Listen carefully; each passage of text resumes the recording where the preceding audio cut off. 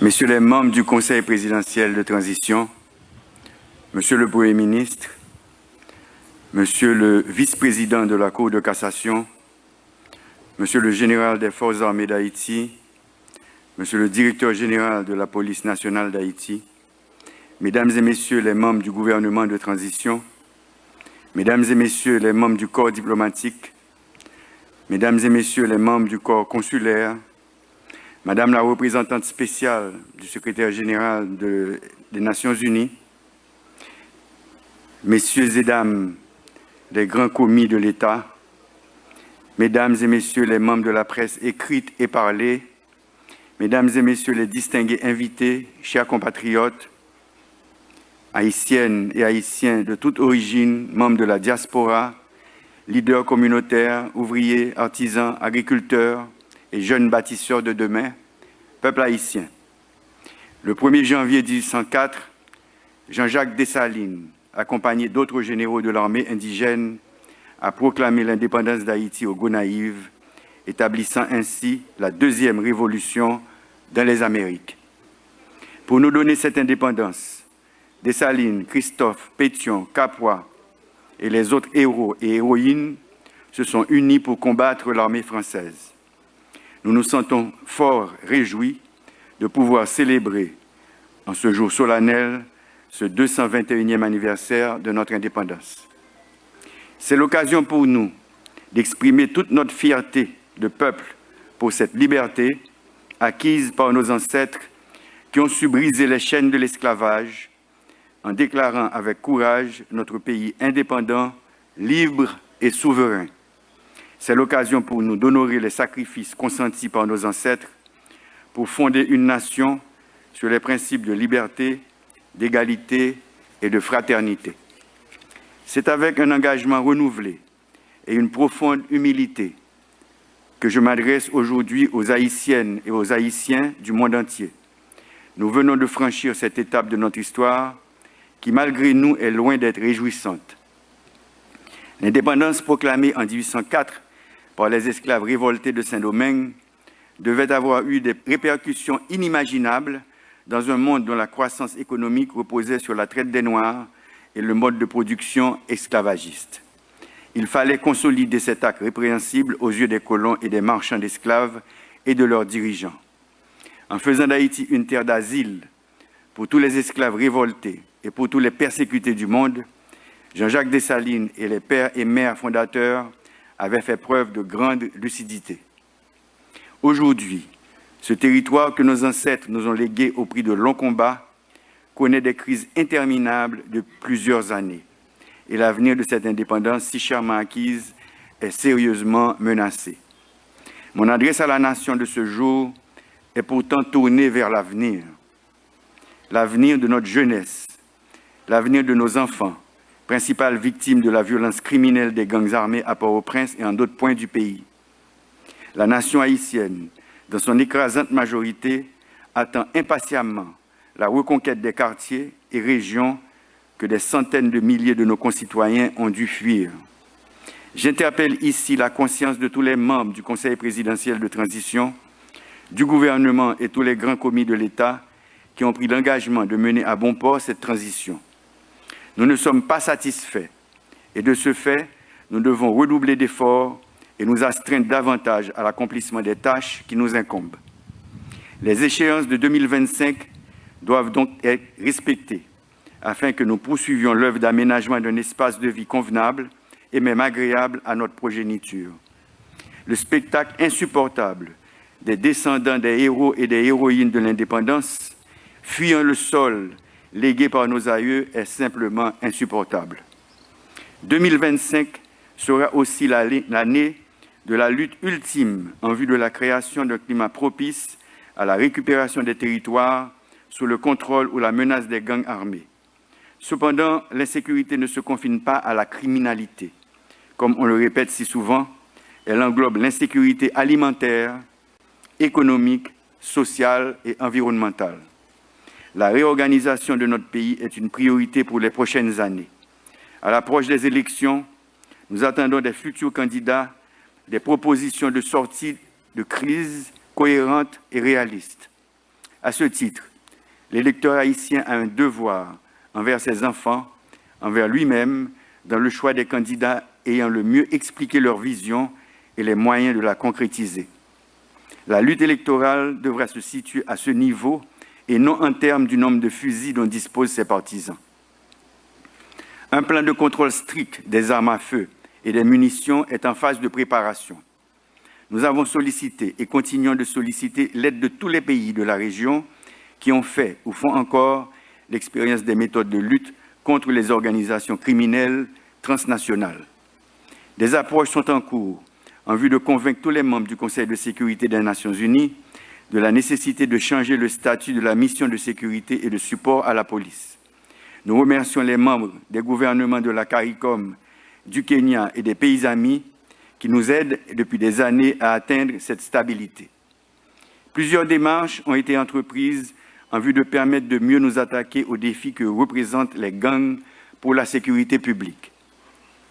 D'autres sont en cours auprès de plusieurs instances internationales et gouvernements pour renforcer la capacité de la police nationale et celle des forces armées d'Haïti. L'inauguration de la base militaire Vertia de Tabar, le 18 novembre 2024, est venue concrétiser le retour de nos soldats dans le combat pour la défense de la démocratie. Depuis le 2 octobre 2023, soit depuis plus de 14 mois, la mission multinationale de soutien à la sécurité a été approuvée par les pays membres. Ceci sans que l'effectif total de cette force ait pu atteindre 1000 membres, voire les 2500 auxquels on s'attendait. Le Conseil national de sécurité a finalement vu le jour lors du dernier Conseil des ministres. C'est une instance stratégique importante qui facilitera la reprise en main du territoire national. Elle dotera l'État haïtien d'un lieu d'où pourront être coordonnées et suivies toutes les étapes des opérations de protection, de contrôle et de reconquête de nos espaces vitaux. Année 2024, là, plus passé 5000 moun mouri. Nous dans la guerre. Année 2025, là, nous continuons à faire la guerre. Gangsters ont déclaré la guerre contre la population. Nous-mêmes, nous déclarons la guerre contre tout gangster. Tout gangster qui a assassiné le peuple, qui a boulé l'hôpital avec l'école, qui a violé grand monde, petit monde, qui a fait trafic d'armes, qui a vendu monde, qui a trafiqué organes femmes et garçons haïtiens. Tout conseil présidentiel, transition, premier ministre là, avec tout gouvernement, toute boîte l'État, toute collectivité, nous dans la guerre contre l'insécurité. Mais nous connaissons peuple qui pour sauver peuple. Peuple là sous la défensive. Peuple là en situation de légitime défense. Et nous connaissons, quand le proverbe l'a dit, toute bête gênée mordée. Dans la guerre, ça, peuple là doit accompagner la police avec l'armée. Peuple là doit accompagner agents force multinationale là, Jean Yofel dans la Tibonite là. Dans la guerre, ça, tout le monde là-dedans, tout le monde doit bailler l'idée. Tout le monde doit porter coller avec la police communautaire. Dans la guerre, ça, le conseil présidentiel là a joué partition pâle. Le premier ministre là, le gouvernement a joué paille. Ou même professionnels, artistes, businessmen, techniciens, timachan, revendeuses, paysans, paysannes, travailleurs en Haïti ou bien en diaspora, il faut qu'on joue partition pâle. Parce que nous toutes nous concernés. Dans la guerre, ça, nous avons demandé aux paysans minouyo pour aider à faire la guerre pour rétablir les droits moun, pour empêcher les armes et munitions d'entrer dans le pays d'Haïti et pour continuer à aider nous à protection, manger et soins dans tout camp réfugié et rapatrié dans le pays. Conseil national de sécurité et CSPN a dirigé la guerre. L'objectif de la guerre, c'est mettre la paix dans le pays, pacifier le pays pour aller à l'élection. Bon gens élection pour nous choisir candidats. Candidats dans Kazek, candidats dans la commune, candidats dans tout département, candidats pour présidence. Parce que, vle pas vle, a bien élection dans fin année ça. Moi pas demander nous patience. Parce que patience pam li bout déjà. Nous parlons ensemble pacifier le pays pour nous voter une constitution qui répond à la réalité moment. Année ça, pas demander ça Haïti qu'a fait pour vous. Demander tête nous, qui ça nous qu'a fait pour Haïti. Qui gens nous qu'a organisé nous pour nous aider défendre quartier nous à concours force l'ordre. Année 2025, là, nous avons estimé l'espoir dans le pays. Montrer que nos services population, by exemple bon comportement, fait nous rejoindre dignité nous avec fierté nous. Année 2025, là, nous pourrons travailler contre assassins capturés peuple. Là. Nous pourrons ouvrir route, mettre sécurité dans le port, dans l'aéroport, pour nous circuler libre et libre. Même après dire encore, il faut que tout le monde a veillé.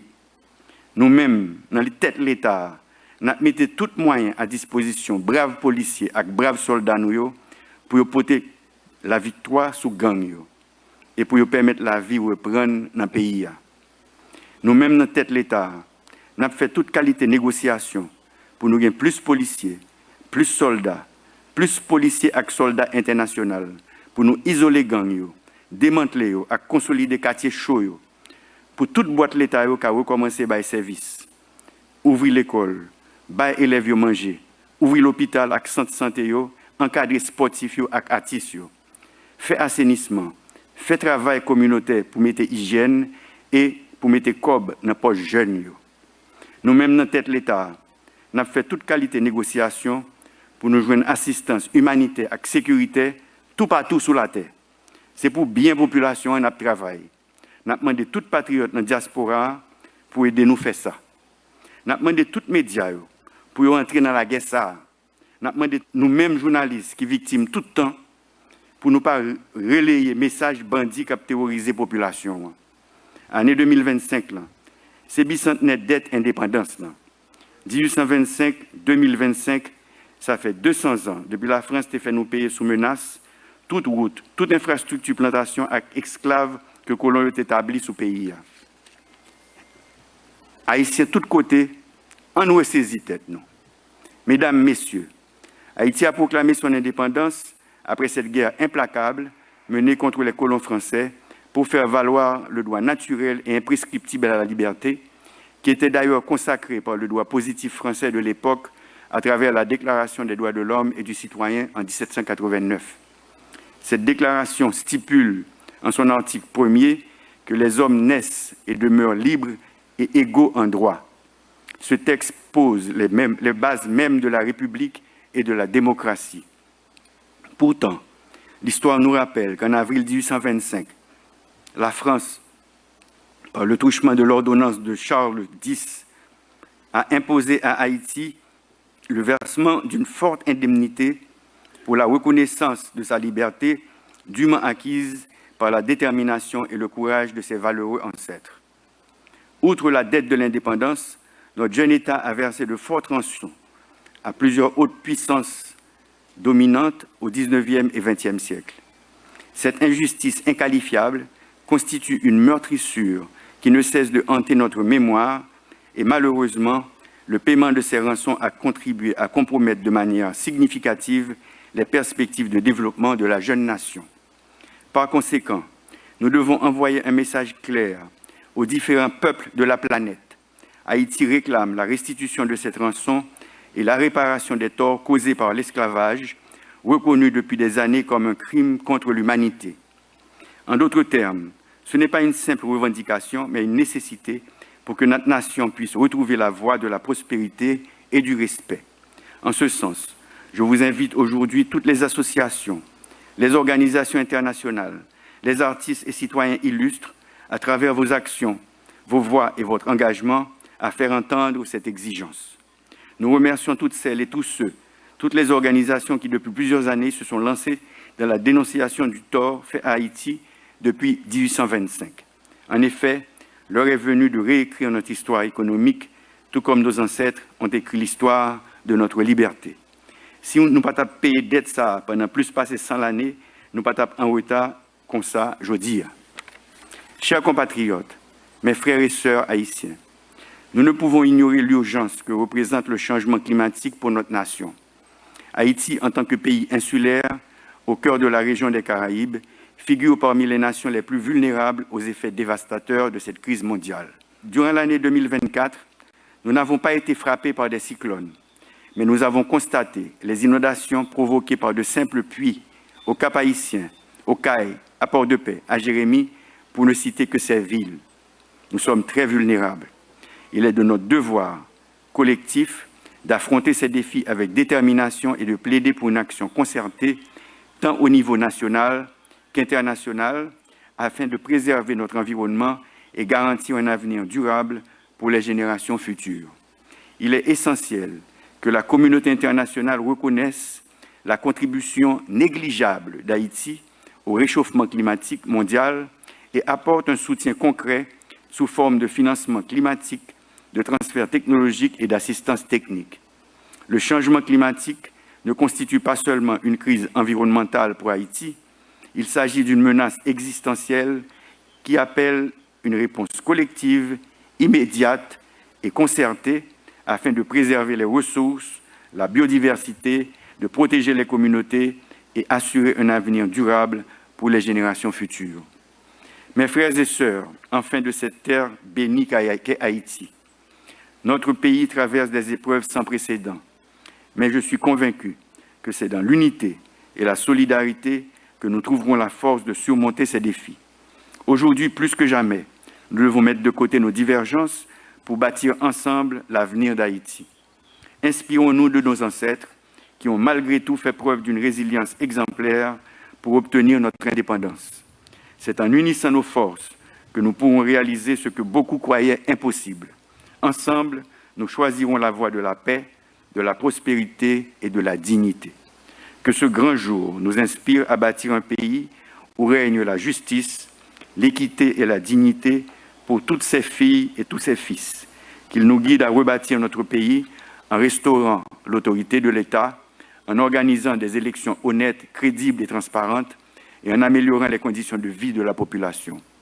Je vous souhaite, ainsi qu'à vos familles, à toutes celles et tous ceux que vous représentez, une bonne et heureuse année 2025, pleine de succès, de santé et de bonheur. Vive l'indépendance, vive l'unité nationale, vive Haïti. Je vous remercie.